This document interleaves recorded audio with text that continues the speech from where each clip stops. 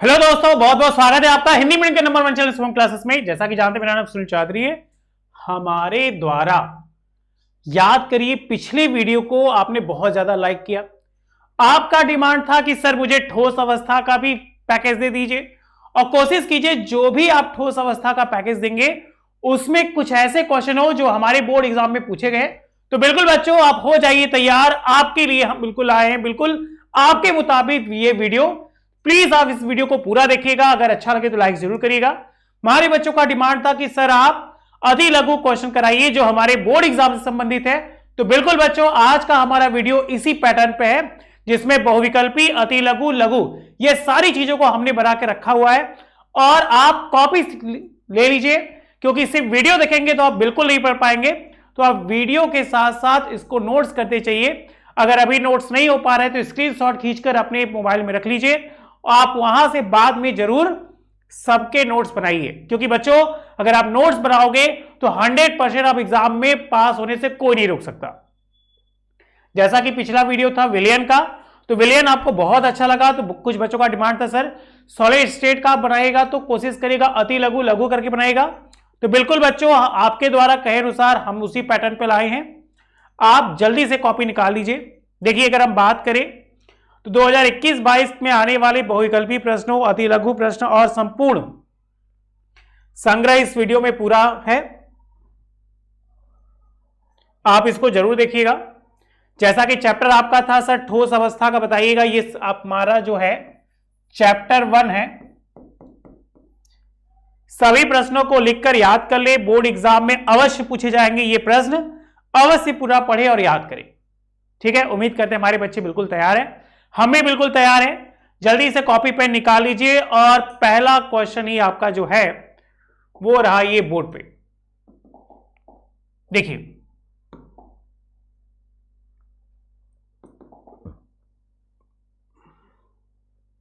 Question number 1 क्या है?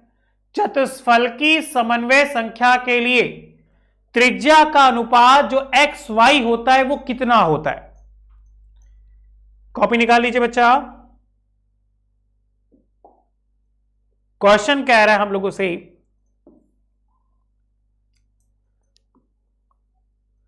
चतुष्फलकी समन्वय संख्या के लिए त्रिज्या का अनुपात y प्लस और y माइनस होता है कितना? 1 2 3 4। तो जैसा नाम है चतुष्फलकी संरचना, इसका आंसर नीचे दिया गिवन है कि चतुष्फलकी संरचना के लिए समन्वय संख्या कितनी होती है? 4। और त्रिज्या का अनुपात जो है वो 0.225 से कहां तक? 0.414 होता है। ओके, तो ये आंसर क्या हो जाएगा आपका? 3rd। याद हो गया? हम लोग के बोर्ड एग्जाम में ऐसे ही क्वेश्चन आएंगे। कॉपी करिए।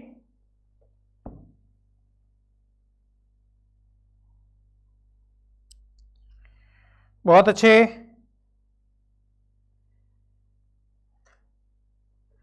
आगे बढ़ रहे हैं ना। सबसे पहला एक क्वेश्चन था कि ठोस अवस्था, तो पहला क्वेश्चन आपके सामने अति लघु का ये है क्या, जो 1 अंक में आते हैं। ठोस कठोर क्यों होते? ये आपके एनसीईआरटी बुक का क्वेश्चन है, आप अपने बुक में भी देख सकते हैं। ठोस कठोर क्यों होते हैं? तो क्या पाया? ठोस कठोर होते हैं क्योंकि ठोसों में अवयवी कणों के मध्य प्रबल अंतराणु बल पाए जाते हैं, जिसके कारण इनके अवयवी, देखिए, जिसके कारण इनके अवयवी कण निकटतम दूरी पर निश्चित जालक बिंदुओं पर स्थित हो जाते एवं एक संकुलित व सघन संरचना का निर्माण करते हैं। इसलिए ठोस क्या होते हैं? कठोर होते हैं। हम लोग क्या जाने थे कि जो ठोस के कण होते हैं वो बहुत पास पास होते हैं। क्यों पास पास होते? क्योंकि इनके बीच का जो अंतराण्विक बल होता है वो इनको बांधे रखता है। इन्हीं के द्वारा जो है ये क्या होते हैं? बहुत पास पास होते हैं। बताइए क्वेश्चन नंबर 2, यूरिया का गलनांक तीक्ष्ण होता है जबकि कांच का नहीं, क्यों? तो क्योंकि यूरिया एक क्रिस्टली ठोस है जबकि कांच एक अक्रिस्टली ठोस है, तो जो भी क्रिस्टली ठोस होंगे उनके गलनांक तीक्ष्ण होंगे, अक्रिस्टली वाले नहीं। कॉपी करिए।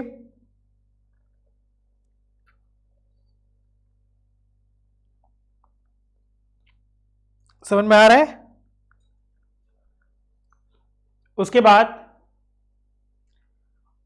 यह क्वेश्चन भी पूछा जाता है, इकाई सेल की परिभाषा दीजिए, या इकाई सेल को मात्रक कोशिका के नाम से भी जानते हैं। याद करिए, दोनों साथ साथ लेके चले तो ये अच्छा रहेगा, आप बनाते चलिए ऐसे ही। संपूर्ण क्रिस्टल संरचना में वह छोटी से छोटी इकाई जिसमें सभी दिशाओं में समान रूप से बार बार दोहराने पर पूर्ण क्रिस्टल संरचना का निर्माण होता है, उसे ही एकक या मात्रक कोशिका कहते हैं। अगर बात होगी सर एक एग्जाम्पल दीजिए, तो एक एग्जाम्पल है सरल घन इकाई जिसको सिंपल क्यूबिक सेल के नाम जानते हैं, एससीसी, में प्रत्येक कोने पर अवयवी कण विद्यमान है। याद करिए, ये टोटल हो गए 8 कोने, 1 2 3 4 5 6 7 8। कॉपी कर लीजिए।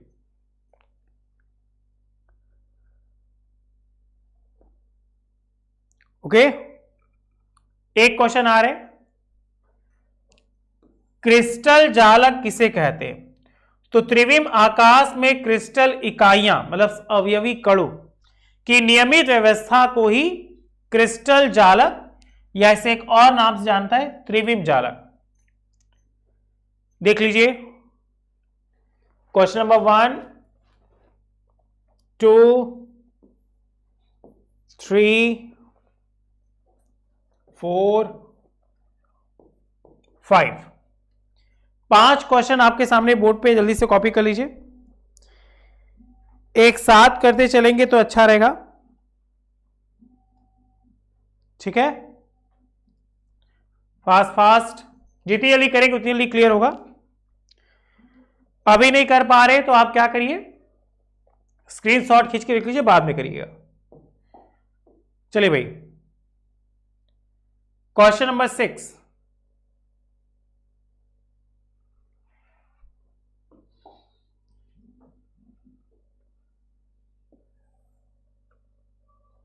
क्वेश्चन नंबर 5 ये था, त्रिविम आकाश में क्रिस्टल इकाइयों की नियमित व्यवस्था को क्रिस्टल जालक कहते हैं।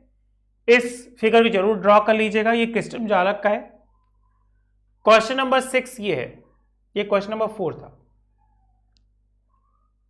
उसके बाद 7, फिर 8, फिर 9, फिर 10, फिर 11, फिर 12 और यहां ले लेंगे 30।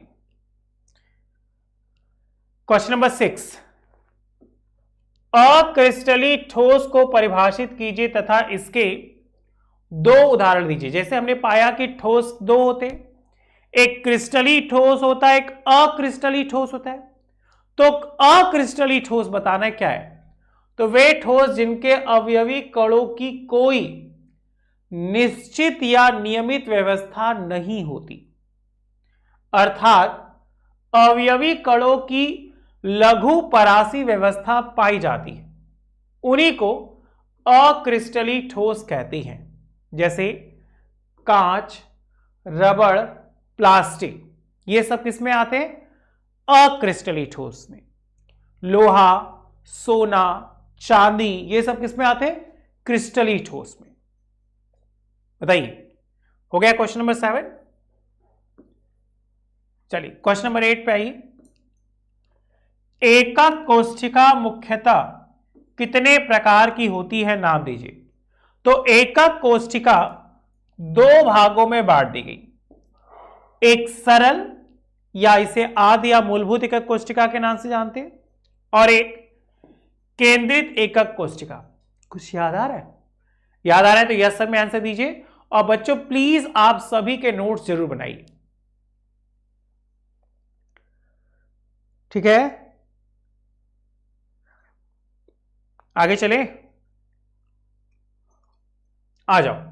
क्वेश्चन नंबर 9, कांच को अतिस्थितिज द्रव क्यों कहा गया है?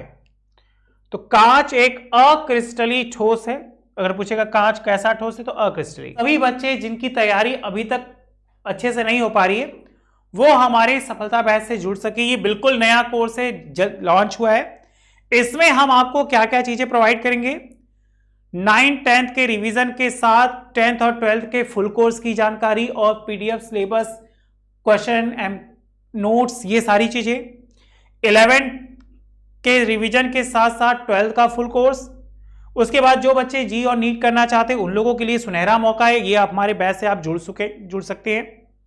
इसके साथ ही साथ अब जुड़ने के लिए हमें क्या करना होगा, हमें याद रखिएगा ये इस साल की सबसे सस्ते कोर्स है। ये गारंटी है अगले साल में आपको बहुत ज्यादा बेनिफिट मिलने वाला है। जो भी बच्चे 9 to 12 में डिस्कस पढ़ रहे हैं या जो बच्चे अपने दोस्तों से डिस्कस करना चाहते हैं वो भी इस बैच में जुड़ सकते हैं जी और नीट के लिए। ठीक है, इसमें आपको हम लोग क्या क्या प्रोवाइड करेंगे, डेली क्लासेस रोज चलेंगी जैसा कि देख ही रहे, प्रीवियस ईयर के पेपर होंगे, टीचर के नोट्स और स्लाइड्स, जैसे ये चीजें स्लाइड्स में है। रोज होमवर्क आपको मिलेगा जो कि आपके प्रैक्टिस के लिए होना चाहिए। होमवर्क नहीं मिलेगा तो समझ जाओ कुछ भी नहीं है। और उसके साथ ही साथ डाउट सॉल्विंग, आपको डाउट्स जितने वो भी होंगे वो सारी चीजें क्लियर हो जाएंगी। वीडियो का सॉल्यूशन और प्रैक्टिस पेपर, क्योंकि जितनी ज्यादा आप जिस चीज की प्रैक्टिस करेंगे उतना ज्यादा आपके लिए लाभ होगा। ये कुछ बच्चे हैं जो इस साल टॉप किए हैं इस बैच से जुड़कर, कमलप्रीत, कोमल, ऋषित। ठीक है, इसमें जुड़ने के लिए क्या करना होगा, इस नंबर पे कॉल करिए। और अगर आप डिस्काउंट पाना चाहते हैं और हमारे इस बैच के आप स्टूडेंट हैं तो आप लोग शुभम 10 का यूज कीजिए जो आपको 100% आपको अच्छे मार्क्स दिलाएगा। ठीक है, हम इसमें द्रवों की भांति प्रवाह की प्रवृत्ति होती है जिस कारण इसे अतिस्थितिज द्रव भी कहा जाता है। ओके, क्वेश्चन नंबर 10 याद करिए, लिखा होगा एफसीसी। एफसीसी में कुल अवयवी कणों की संख्या कितनी होती है? बहुविकल्पिका था 2 3 4 5, तो याद रखिए कितनी, 4। आ जाइए क्वेश्चन नंबर 11, पुराने मकान की खिड़कियों के शीशे नीचे से मोटे तथा दुधिया हो जाते हैं, क्यों? सोचो क्यों? तो पुराने मकान में लगी खिड़कियों के शीशे नीचे से मोटे तथा दुधिया हो जाते हैं क्योंकि कांच एक छद्म ठोस है तथा गुरुत्व के प्रभाव में मंद गति से नीचे की ओर क्या होता है, बहने लगता है। इसलिए आप देखोगे कांच से कोई चीज बनाई जाती है, जैसे चूड़ी वगैरह बनाई जाती है तो पहले गरमाते हैं तो वो फैलने लगता है। तो फैलने लगने का कारण वो एक द्रव के रूप में होता है, इसीलिए वो क्या होता है, बहने का गुण। तो जितना लंबा समय होगा वो नीचे की ओर आता जाएगा, नीचे का सतह मोटा हो जाएगा, जहां से वो पिघलेगा वो जगह पतला हो जाएगा। बताइए क्वेश्चन नंबर 4 5 6 7 8 9 10 11 12 में कोई दिक्कत? क्वेश्चन नंबर 12 क्या कह रहे हैं? क्वेश्चन नंबर 12 कह रहे हैं काय केंद्रीय संरचना किसे कहते हैं, उदाहरण के द्वारा समझाइए। तो यदि अवयवी कण कोनों के अतिरिक्त एकक कोशिका के केंद्र में उपस्थित हो तो उसे ही क्या कहते हैं, काय केंद्रित संरचना। फिर से सुनिए, यदि अवयवी कण कोनों के अतिरिक्त एकक कोशिका के केंद्र में भी उपस्थित हो तो यह काय केंद्रित संरचना कहलाती है। चलिए भाई 1 से 12 तक कर लीजिए। 1 से 12 तक में अगर आपको डाउट्स है तो बताइए, वरना यस सर में आंसर दीजिए। हम लोग आगे बढ़ेंगे धीरे धीरे।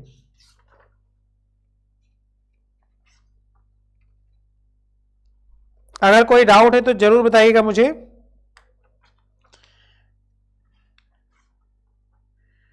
ठीक है, थोड़ा जल्दी जल्दी हाथ चलाएंगे तो और अच्छा होगा।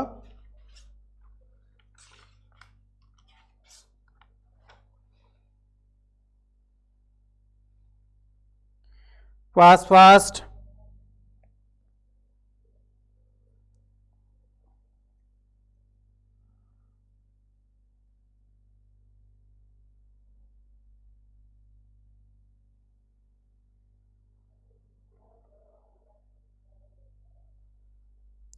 जल्दी जल्दी कॉपी करिए बच्चा।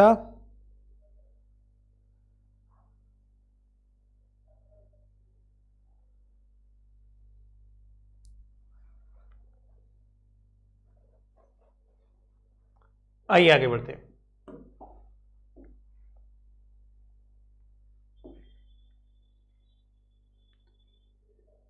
Question number 13।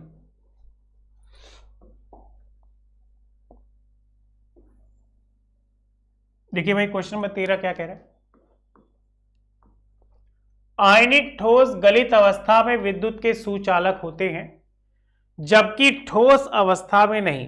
मतलब आयनिक ठोस गलित अवस्था में विद्युत चालक है, ठोस अवस्था में नहीं। 13, 14, 15, 16, 17 और 18। तो क्योंकि गलित अवस्था या जली विलयन में आयनिक ठोस के आयन मुक्त हो जाते एवं इन आयनों के कारण ही विद्युत का धारा प्रवाह होता है, ठोस अवस्था में मुक्त आयनों की अनुपस्थिति के कारण ये क्या होते? विद्युत के कुचालक। अरे सुचालक कब होगा? जब आयन का प्रवाह होगा। जब आयन का प्रवाह नहीं होगा तो सुचालक कैसे होगा? तो वो कुचालक हो जाएगा। राइट, इस बात से सहमत है?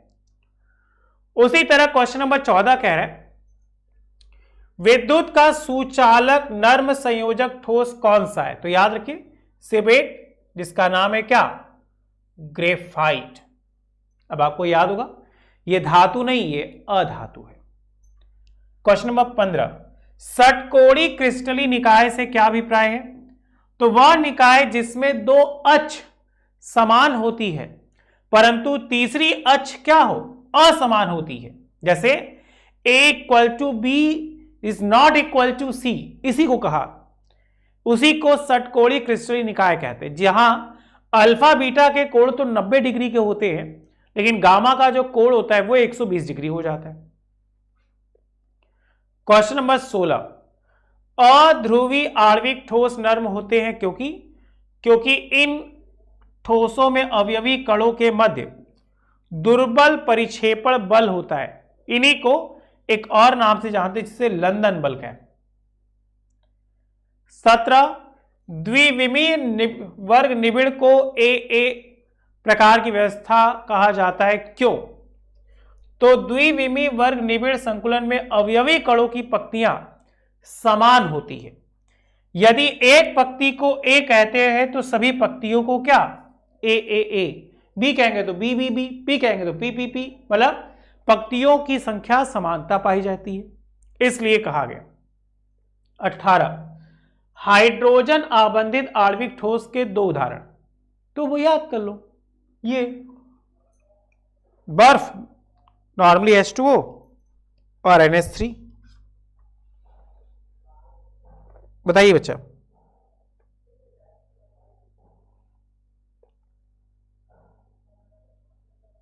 इस लाइन में कोई दिक्कत है तो बताओ, नहीं तो यस सर में आंसर दो।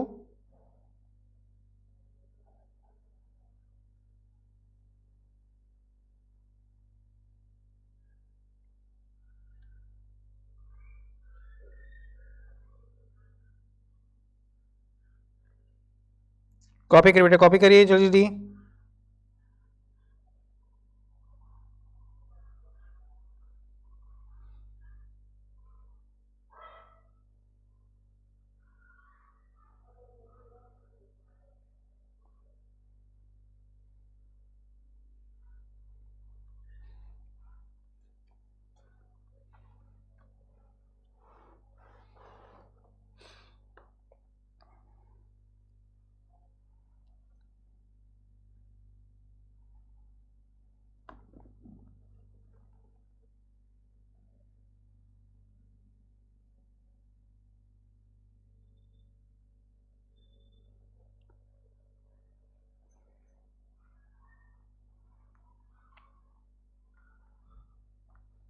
पास बेटा।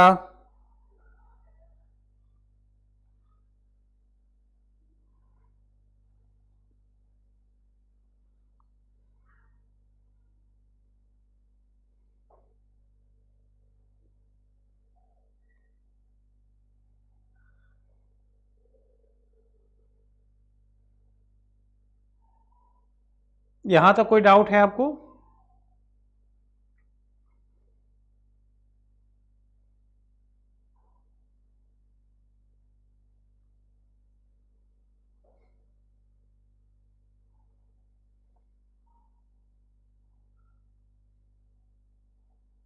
आगे चला जाए।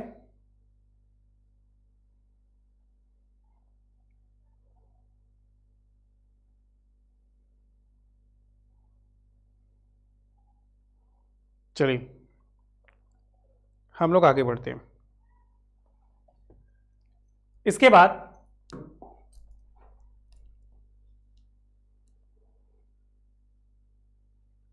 देखिए 18 था, 19,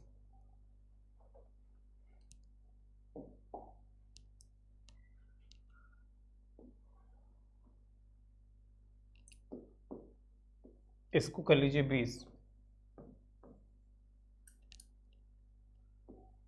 21, 22,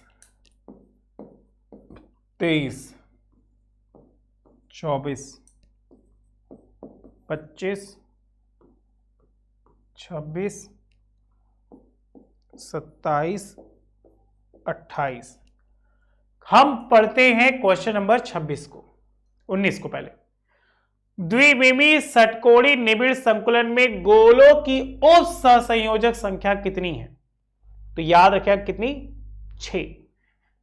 द्विविमीय षटकोणीय निबिड़ संकुलन में गोलों की उप सहसंयोजक संख्या है कितनी? 6।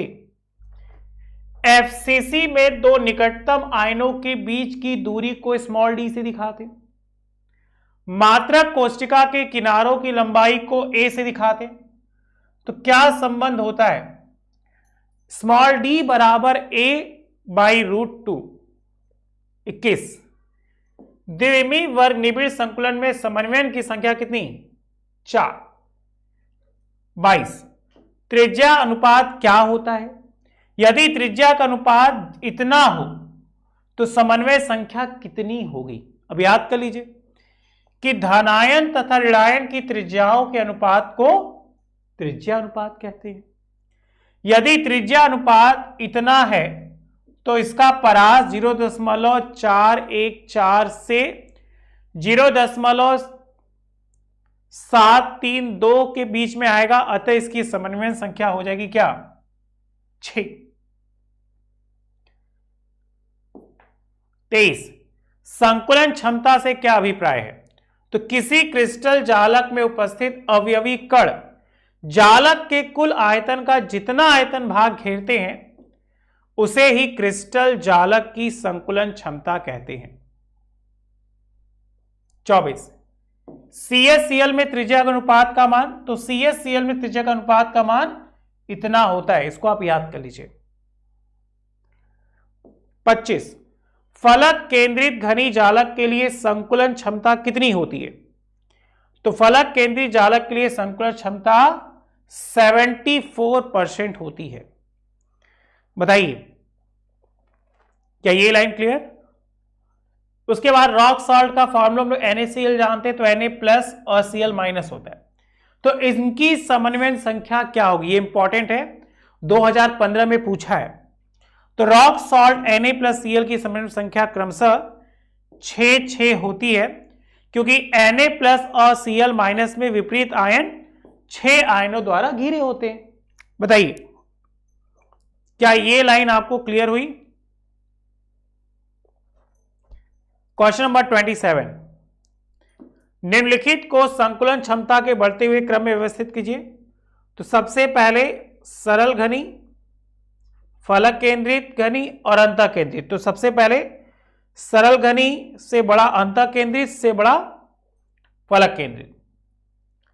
यह MCQ में भी पूछा जाता है, इसको याद कर लीजिए। फिर भी कोई डाउट है तो मुझे बताइए जरूर।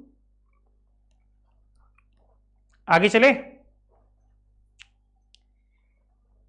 चलिए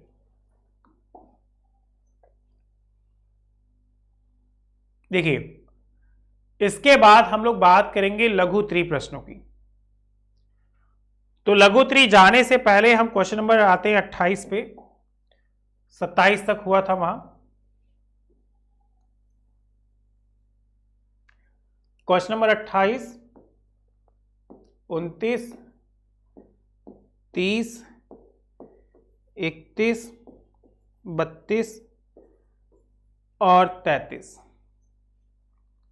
तो जब हम बात करते हैं समन्वय संख्या 5 और 7 क्यों नहीं हो सकता, तो क्योंकि समन्वय संख्या का मान 5 से 7 होने पर धनायन तथा ऋणायनों का आवेश संतुलित नहीं हो पाता। तो जब आयन ही संतुलित नहीं होंगे, इसलिए उनके आवेश का मान कभी भी 5 से 7 नहीं होना चाहिए। 28, चतुष्फलकी छिद्र और अष्टफलकी छिद्र की त्रिज्या का संबंध गोले की त्रिज्या से बताइए। तो चतुष्फलकी छिद्र के लिए आर का मान 0.00225 आर है, जहां आर क्या है, आर गोले की त्रिज्या है। अष्टफलकी छिद्र के लिए आर का मान 0.0414 आर होना चाहिए। ठीक है, आगे एससीपी और सीसीपी संरचना वाले धातुओं के नाम लिखिए। तो इनको याद कर लीजिए, एससीपी में बेरिलियम, मैग्नीशियम, कैडमियम आते हैं, सीसीपी में सिल्वर, कॉपर, आयरन आता है। याद करिए, ये फुटकर क्वेश्चन में आते हैं और ये 100% आपके बोर्ड एग्जाम में आएंगे ही आएंगे, इसलिए इनको तो बच्चा भूलिएगा ही नहीं। अष्टफल की रिक्तिका उप संयोजक संख्या कितनी होती? तो अष्टफल की रिक्तिका में उप संयोजक संख्या कितनी होगी? 6। ZnH संरचना में जिंक +2 और S-2 आयन की समन्वय संख्या, तो आयनों की समन्वय संख्या कितनी होगी? 4 होती है। यह रहा अतिलघु। लघु के एक ट्रैक बना लीजिए, एक अतिलघु नीचे भी है, उसको भी बताना है। लघुत्री 2 अंक का सबसे पहला क्वेश्चन है, ठोसों के सामान्य लक्षण लिखिए तथा क्रिस्टली और अक्रिस्टली ठोसों में अंतर बताइए। तो इसके उत्तर अगर हम बात करेंगे तो याद करिए, हमने आपको लिखवाया है ठोसों और ठोसों में अंतर, वहां से लिख लीजिए।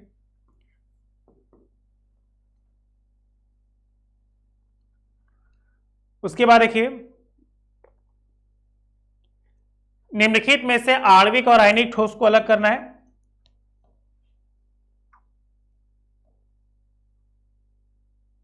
देखिए बेटा, आणविक ठोस की बात करेंगे तो ये रहा,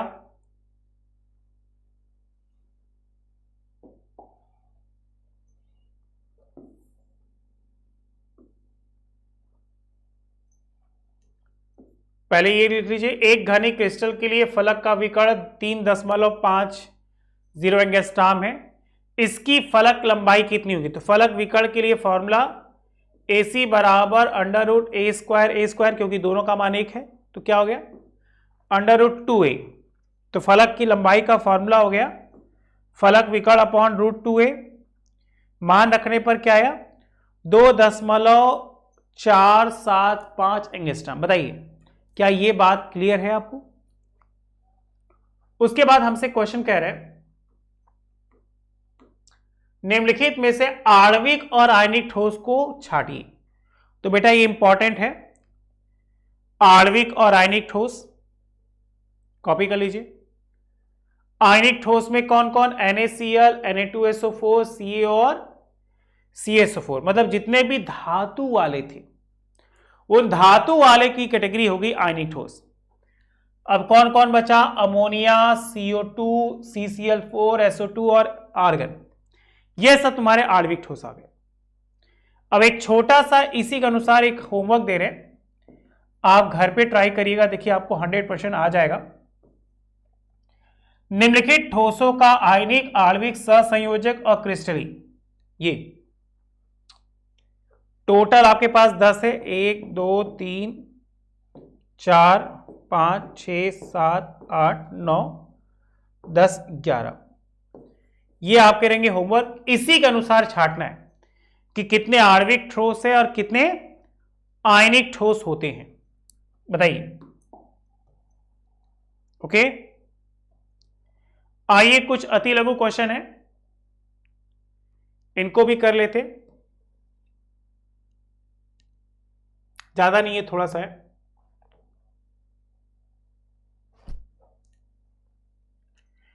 देखिए क्वेश्चन नंबर 1, क्रिस्टल ठोस किसे कहते हैं, यह अक्सर एग्जाम में पूछा जाता है। तो क्रिस्टल की पूर्ण क्रमिक व्यवस्था में कोई भी अनियमितता या विचलन क्रिस्टल ठोस कहलाते हैं। रेखीय दोष किसे कहते हैं, तो जालक बिंदुओं की पूर्ण पंक्तियों की आदर्श व्यवस्था में अनियमितता को रेखीय दोष कहते हैं। रस समीकरण मिति दोष से आप क्या समझते हैं, तो ऐसी त्रुटियां या दोष जिनके कारण क्रिस्टल की रस समीकरण मिति अपरिवर्तित रहती है या यौगिक में उपस्थित धनायनों तथा ऋणायनों का अनुपात यौगिक के अणुसूत्र के समान ही रहता है, उसी को रस समीकरण मिति दोष कहते हैं। क्वेश्चन नंबर 4, क्रिस्टल जालक में जालक बिंदुओं से अवयवी कणों के लुप्त होने पर किस प्रकार का दोष उत्पन्न होता है, ध्यान दीजिएगा। क्वेश्चन कह रहा है आपसे,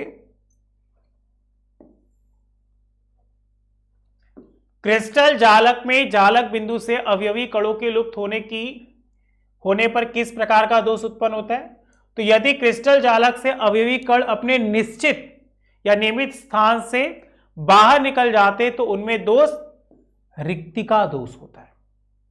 उसके बाद साटकी दोष के लिए आवश्यक शर्तें, तो इस प्रकार की त्रुटि या दोष के लिए यह आवश्यक है कि यौगिक उच्च आयनिक हो, उसकी समन्वयन संख्या उच्च हो एवं धनायनों और ऋणायनों का आकार क्या हो, लगभग समान। बताइए, आइए भाई क्वेश्चन नंबर 6, साटकी दोष क्रिस्टलों में किस प्रकार उत्पन्न होता है या साटकी दोष की व्याख्या कीजिए।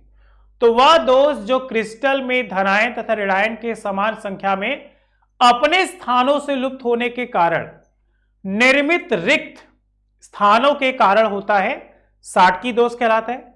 यदि आयनिक यौगिकों का सूत्र mx हो तो क्रिस्टल जालक में से एक धनायन m प्लस एक ऋणायन x माइनस अपने निर्धारित स्थान से क्या हो जाते, लुप्त हो जाते, जिससे जालक में रिक्त स्थान रह जाता है, जिन्हें क्या कहते हैं, छिद्र कहते हैं।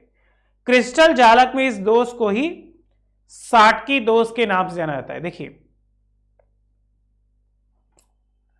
यही जो बीच में खाली स्थान आया तो वो छिद्र को क्या किया, लुप्त कर दिया, और छिद्र को लुप्त करने पर ही जो दोष उत्पन्न हुआ उस दोष को ही हम क्या कहते हैं, साटकी दोष। क्वेश्चन नंबर 7वां क्या है, फ्रैंकल दोष से आप क्या समझते हैं, तो क्रिस्टल जालक में किसी आयन के अपना जालक बिंदु क्षेत्र छोड़कर अंतराकाशी स्थल ग्रहण करने के कारण उत्पन्न हुआ दोष फ्रैंकल दोष कहलाता है। इस दोष में वास्तविक स्थान पर शून्यता दोष तथा अंतराकाश में अंतराल दोष उत्पन्न होता है, जिस कारण इस दोष को विस्थापन दोष भी कहते हैं। यह दोष क्रिस्टल के घनत्व को प्रभावित नहीं करता। एक बार फिर से क्लियर करिए, फ्रैंकल दोष, क्रिस्टल जालक में आयन के अपना जालक बिंदु क्षेत्र छोड़कर अंतराकाशी स्थल ग्रहण करने के कारण उत्पन्न हुआ दोष फ्रैंकल दोष कहलाता है। इस दोष में वास्तविक स्थान पर शून्यता दोष तथा अंतराकाश में अंतराल दोष उत्पन्न होता है, जिस कारण इस दोष को विस्थापन दोष भी कहते हैं। यह दोष क्रिस्टल के घनत्व को प्रभावित नहीं करता। चलिए क्वेश्चन नंबर 7 हो गया। अब हम लोग पहुंचते हैं क्वेश्चन नंबर 8 पे।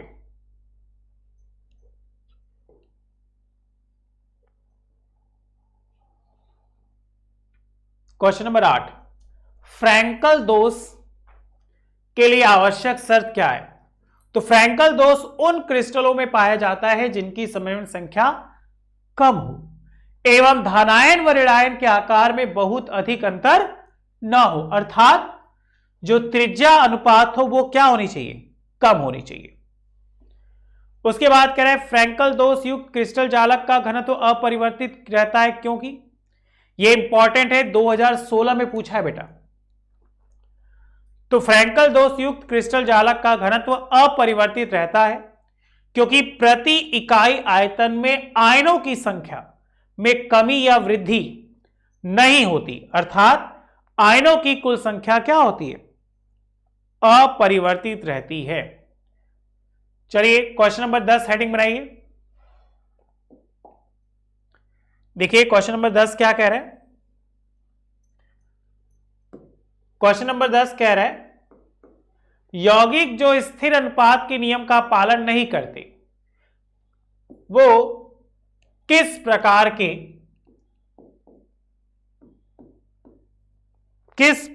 के क्रिस्टल ठोस प्रदर्शित करते हैं?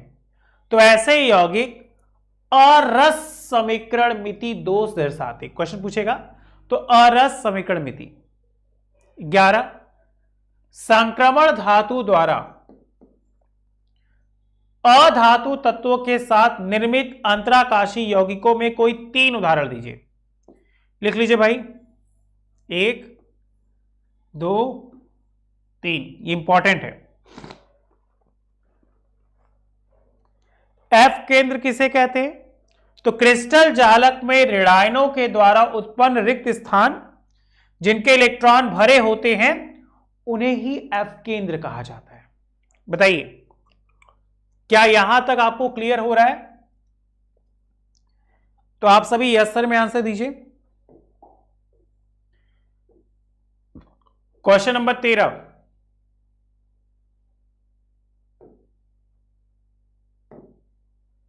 क्या कह रहा है?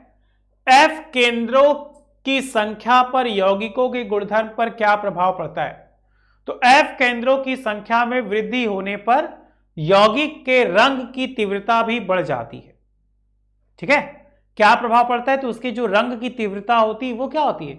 बढ़ जाती है। लिथियम क्लोराइड की अभिक्रिया लिथियम वाष्प के साथ कराने पर यह गुलाबी रंग का हो जाता है। क्यों? तो लिथियम क्लोराइड की क्रिया लिथियम वाष्प से कराने पर क्रिस्टल जालक में क्लोरीन आयन के स्थान पर इलेक्ट्रॉन युक्त एफ केंद्र उत्पन्न हो जाते हैं, इसीलिए इसका फलस्वरूप जो रंग की तीव्रता में वृद्धि होती है और यह बच्चा गुलाबी रंग का हो जाता है। चलिए भाई क्वेश्चन नंबर 15, जालक के अंतराकाश में अतिरिक्त ऋणायन होने के कारण या होने वाला धातु अभाव दोष सामान्यता नहीं देखा जाता। क्यों? तो क्योंकि ऋणायनों का आकार बड़ा होने के कारण यह जालक में अंतराकाश को सरलता समायोजित नहीं करते।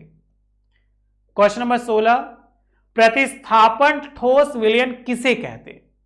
तो आयनिक ठोस में मिलाए जाने वाले अशुद्ध परमाणु या आयन क्रिस्टल में जब जालक बिंदु को ग्रहण करते हैं तो वहीं पे क्या प्रतिस्थापन दोष प्राप्त होता है। उसके बाद क्वेश्चन नंबर 17, अंतराकाशी ठोस विलयन किसे कहते हैं? तो आयनिक ठोस में मिलाए जाने वाले अशुद्ध परमाणु या आयन क्रिस्टल में जब अंतराकाश को ग्रहण करते हैं तो अंतराकाशी ठोस विलयन कहलाते हैं। बस अब खत्म है, ज्यादा नहीं है। क्वेश्चन नंबर 18, विद्युत अपघटनी चालक किसे कहते? तो क्या कहा? आयनिक ठोस यद्यपि ठोस अवस्था में विद्युत का चालन नहीं करती परंतु गलित अवस्था या जलीय विलयन में मुक्त आयनों की उपस्थिति के कारण ये विद्युत का चालन करते हैं, अतः इन्हें ही विद्युत अपघटनी चालक कहा जाता है। और ये हमारा लास्ट क्वेश्चन है आज की टॉपिक का। कि 0 केल्विन पर अर्ध चालक कुचालकों की भांति व्यवहार करते हैं, क्यों?